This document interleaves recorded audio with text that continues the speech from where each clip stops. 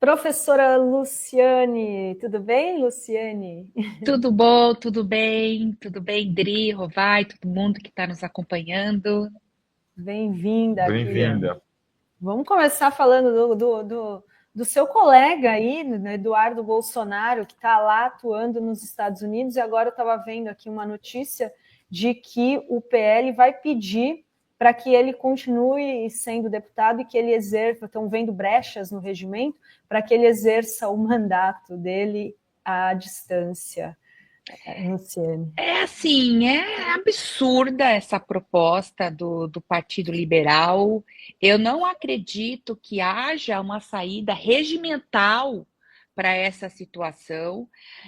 Se houver alguma tentativa, vai ser na base do motim, que é a modus operandi da extrema-direita. Eles vão tentar buscar também ressuscitar aquela PEC da blindagem. Eles vão tentar, de todos os caminhos, dar uma sobrevida para a vida política do Eduardo Bolsonaro, mas que está com os dias contados. Acho que é flagrante, transmitido ao vivo os crimes de lesa pátria que ele vem cometendo. A gente mesmo já notificou o Ministério da Justiça, que já acolheu a nossa denúncia, remeteu à Polícia Federal. Então, são vários os inquéritos já que estão em andamento, que vão apontar a ilegalidade da atuação do Eduardo Bolsonaro. E a gente percebeu no vazamento das conversas ali do celular do Malafaia como que eles vão tentar se organizar, que a gente meio que já sabia, mas aí a gente tem as provas de como eles vão pensando, mas é absurdo, é ultrajante que o parlamento, que o setor do parlamento brasileiro se preste a colocar os interesses privados dessa família acima de tantos temas fundamentais que a gente precisa fazer avançar no nosso país. Você acredita que algum deles, Eduardo, por exemplo, vá ser cassado por esse parlamento? Eu acredito que eles serão cassados, eu acredito muito, porque existe muita materialidade. Pode ser que eles possam caminhar ali de alguma forma no regimento para que haja perda do mandato sem uma cassação em plenário. Pode ser que aí sim eu acredito que eles consigam buscar alguma brecha do regimento. Mas, assim como foi o caso do Brasão, que não foi a voto de plenário, mas eu acredito que é insustentável a situação do Eduardo Bolsonaro. E a anistia, Luciene, como que você tem visto aí porque é a luta, né, da Bolsonaro? Tem Então, né, o Mota vai garantir que não vai à votação? Qual que é? olha, a gente não sabe quais são os acordos e o que eles estão negociando. A gente não participa dessas movimentações. Mas eu acho que foi muito pedagógico nesse sentido o motim do retorno do recesso. Quando eles resolvem sequestrar as mesas do Congresso Nacional, numa prática de continuidade de paralisação dos trabalhos da democracia, querendo impor essa pauta da anistia, associado e articulado com uma trama internacional do governo Trump, através da taxação, através da intimidação e tentativa de paralisação do nosso judiciário. Eu acho que nesse momento fica estabelecido que há uma dificuldade de diálogo entre a própria extrema-direita e setores do centro e da direita que se aliaram estrategicamente no poder deles a esse setor da política. Então, eu acho que pela forma como as coisas se conduziram, acho que fica muito difícil o presidente Hugo Motta voltar com essa temática da anistia, porque ele foi chantageado ali naquela situação.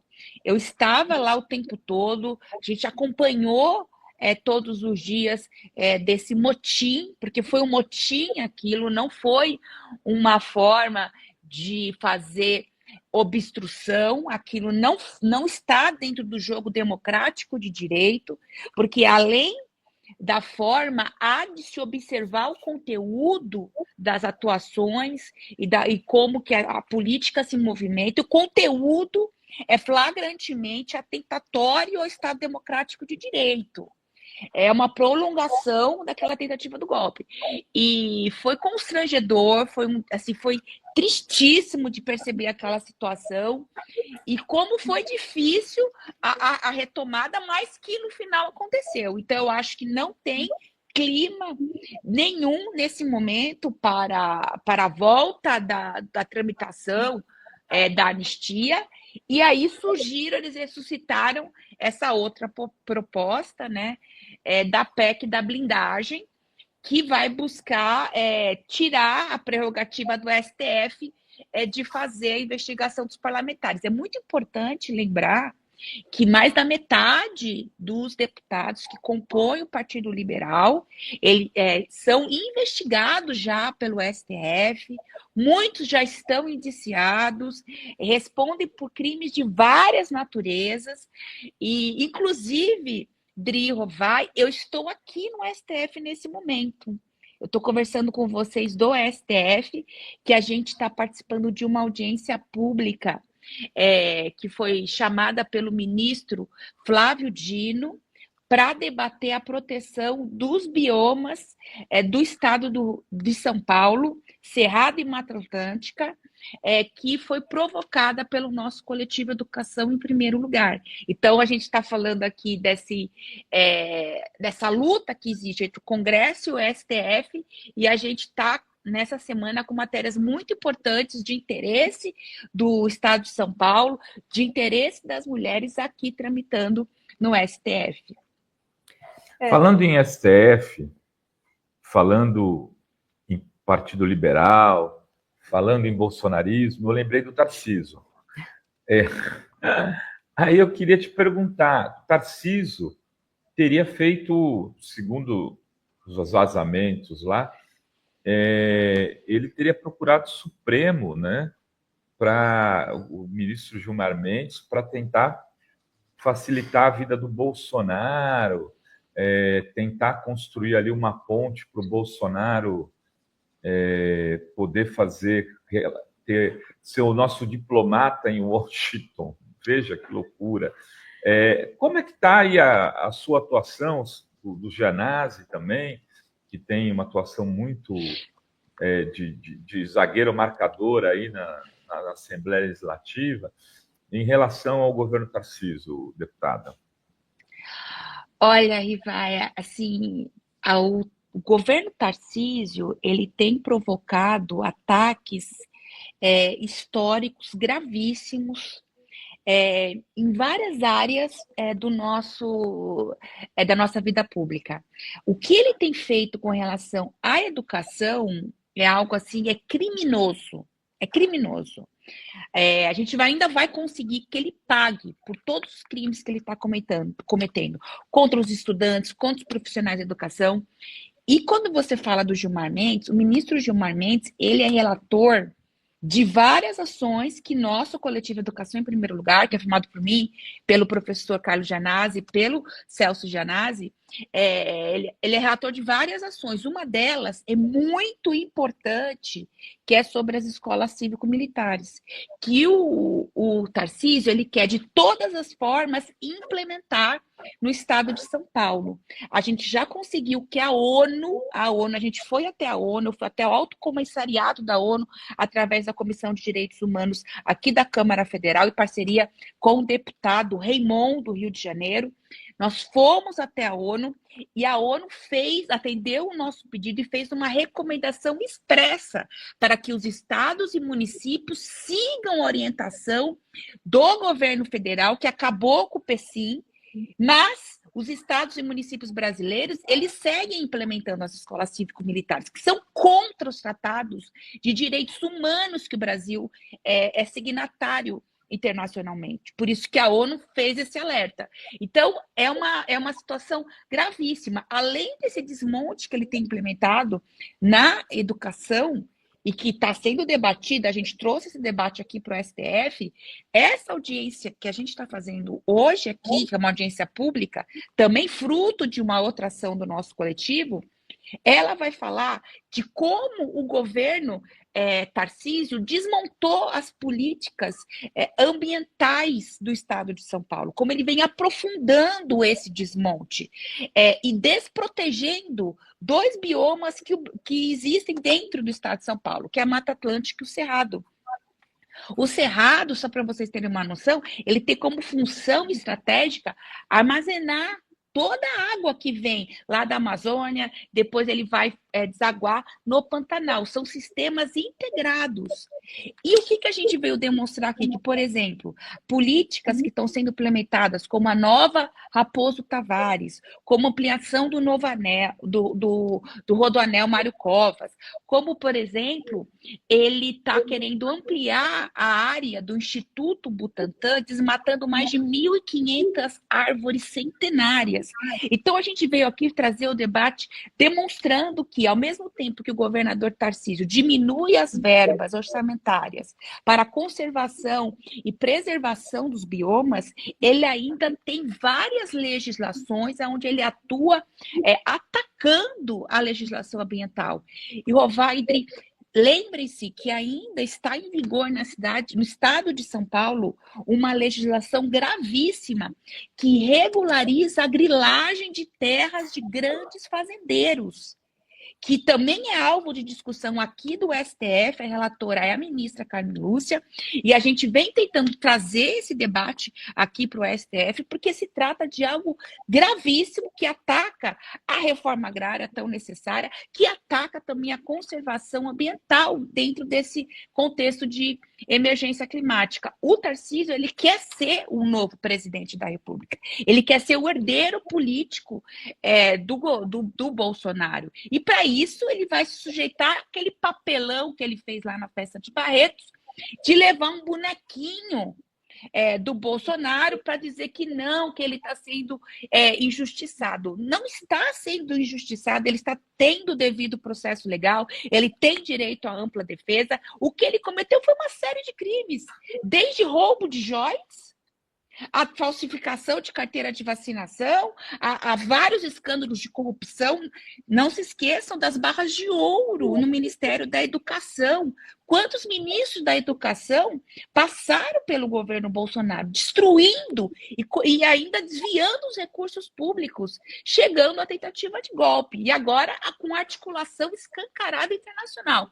Então, assim, é gravíssimo, sinto muito que ainda nas pesquisas o Tarcísio se mantenha de uma forma resiliente, porque pelo que ele está entregando, os dados da segurança pública, então, são escandalosos. Também levamos essa denúncia à Corte Interamericana de Direitos Humanos. Dobrou no último ano o número de crianças e adolescentes assassinados pela Polícia Militar. A gente teve vários escândalos dessa falsa política pública de segurança pública que está sendo implementada pelo DERIT. Então, assim, são várias as áreas problemáticas no estado de São Paulo, que tem um orçamento recorde, 300 bilhões, e, ao mesmo tempo, a gente não consegue levar desenvolvimento. Só no ano passado, a gente tinha mais de 100 mil pessoas em São Paulo aguardando cirurgia. São Paulo tem mais de 60 mil estudantes jovens de 15 anos fora da escola pública, fora do ensino médio. A gente tem problemas gravíssimos de saneamento básico. Tem mais de 40% de todo o estado de São Paulo que não faz a coleta de esgoto. A gente tem graves problemas estruturais em São Paulo, e o governador Tarcísio, ele aprofunda todas essas questões. Deputado, eu queria te perguntar também sobre um julgamento que acontece nessa semana no Supremo, com base numa ação protocolada aí pelo seu mandato, sobre a questão da repatriação de menores em caso de abuso doméstico, que as mães de aia, que são separadas dos filhos ao voltar ao Brasil, né? Eu queria que você explicasse a importância desse julgamento, que evita, né, para evitar que crianças que tenham aí o histórico ou comprovações, indícios comprovados, né, de violência em ambiente doméstico, evitar a repatriação dessas crianças. Olha, Adri, a gente está dando um passo, porque nós já formamos maioria, já está 3-4 semanas no julgamento dessa ADIM, que também foi protocolada pelo nosso coletivo Educação em Primeiro Lugar. O que acontece? O Brasil é signatário da Convenção de Haia, que trata de inúmeros artigos, de inúmeras questões internacionais penais. Uma delas é sobre o artigo 13, que vai falar sobre a repatriação de crianças, dizendo que no nosso caso, uma brasileira que tenha um filho nascido no estrangeiro, se ela sair com essa criança sem a permissão do genitor, ela estaria cometendo um sequestro internacional e que, portanto, quando chega aqui no Brasil, a Polícia Federal teria que pegar essa criança e fazer a repatriação. Essa legislação, ela ignora a situação de violência doméstica como excludente desse tratado internacional. A nossa ação visa trazer para dentro da Convenção de Haia, pela primeira vez na história da Convenção, o debate sobre a violência doméstica. É importante dizer que a gente vive uma pandemia mundial sobre violência doméstica. O número de violência doméstica cresceu em todo o mundo, em todos os continentes. E o Brasil, que tem muitos problemas nessa área, os nossos números são alarmantes, mas, por um outro lado, nós temos uma legislação muito avançada, que em outros países existe também a violência, mas não tem a legislação. Então, a gente está trazendo esse debate dentro do STF para reinterpretar esse artigo, colocando como excludente de situação de repatriação a violência doméstica, com a seguinte tese: a violência doméstica cometida contra uma mãe, ela é uma violência doméstica cometida contra a unidade familiar e, portanto, alcança a criança. A gente propôs, e isso tem sido aceito pela maioria, já foi aceito pela maioria dos juízes, a mudança da interpretação de que a violência doméstica atinge a família. Portanto, a família precisa de proteção. E, portanto, essa família, essa mãe, ela fica junto com o seu filho, porque ele também foi atingido por essa violência. Porque antes, a violência, mesmo que ela fosse cometida em muitos países contra a mulher, se não foi contra a criança, eles não era motivo de excludente. A mãe tinha que ficar sem o seu filho. Veja que absurdo. Pode parecer assim, algo inacreditável, mas é isso que acontece até hoje. E a partir desse julgamento, que se finaliza na quarta-feira, a gente vai conseguir algo extremamente importante, que é mudar essa concepção sobre a violência doméstica, ela contra a mulher, é contra a família, portanto, é a família que precisa ser protegida. E isso vai repercutir depois, inclusive, nos casos de decisão aqui da aplicação da Lei Maria da Penha, que é a nossa maior legislação de defesa dos direitos das mulheres. Então, é um passo muito importante, porque a partir de agora, então, quando terminar esse processo, a AGU vai ter que estabelecer quais serão os novos procedimentos e a gente vai ter segurança para que essa mulher não seja mais uma vez revitimizada, tendo que escolher entre a própria vida ou deixar o seu filho nas mãos do seu algoz, do seu agressor. Então, é algo, assim, extremamente forte, importante, sobretudo no mês que nós estamos, no mês Lilás, no mês onde a gente faz o debate sobre as condições, sobre como que estão as políticas de enfrentamento à violência contra a mulher. Então, é algo muito importante e a gente espera que na quarta-feira a gente tenha o término desse julgamento. O relator é o ministro Barroso, que já fez o seu voto e que tem sido acompanhado por todos os ministros até aqui. Agora só falta o voto da ministra Carmen Lúcia e do ministro Gilmar Mendes. Deputada, eu queria perguntar para você qual a tua expectativa em relação à CPI do INSS? Então, você sabe que essa CPI, o que foi que aconteceu? Não sei se vocês já viram o que aconteceu, né? Existiam regimentalmente, que teve um problema na questão a gente tinha alguns deputados nossos da base do governo e senadores que estavam escalados e eles não estavam ali por missões externas naquele momento que estava instaurado. E o que acontece no Senado é que o regimento é diferente e quem substitui é o partido com o maior número, que no caso era o PL. Daí foi por isso que deu essa mudança na configuração.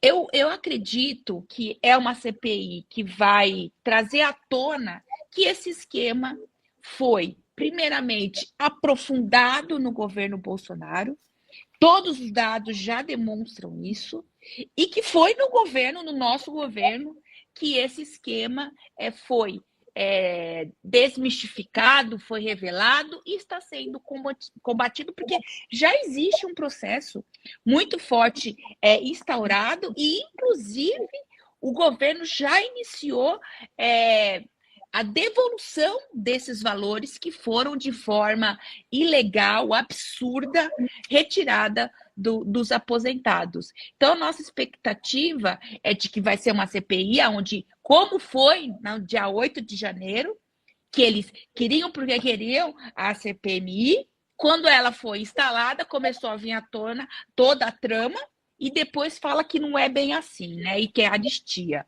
Então, eu acho que é isso que vai acontecer. E só quero lembrar que essa questão do desconto dos aposentados não é algo que aconteceu só com essas organizações que estavam ligadas ali, de alguma forma, ao INSS. Foi revelado há 10 dias, mais ou menos, que bancos como o Banco Bradesco realiza desconto de aposentados de forma indevida também. Inclusive, eu já pedi na CFT, na Comissão de Finanças e Tributação, a convocação da FEBRABAN e também do presidente do Bradesco, para que ele explique esses descontos ilegais que foi revelado numa reportagem especial. Muito bem, queria te agradecer, Luciane. Volta aí, bom trabalho no Supremo Tribunal Federal e a gente vai continuar acompanhando essa questão da violência doméstica também. Obrigada, viu? Obrigada, queridos. Boa tarde para todo mundo. Boa tarde. Tchau. Obrigada.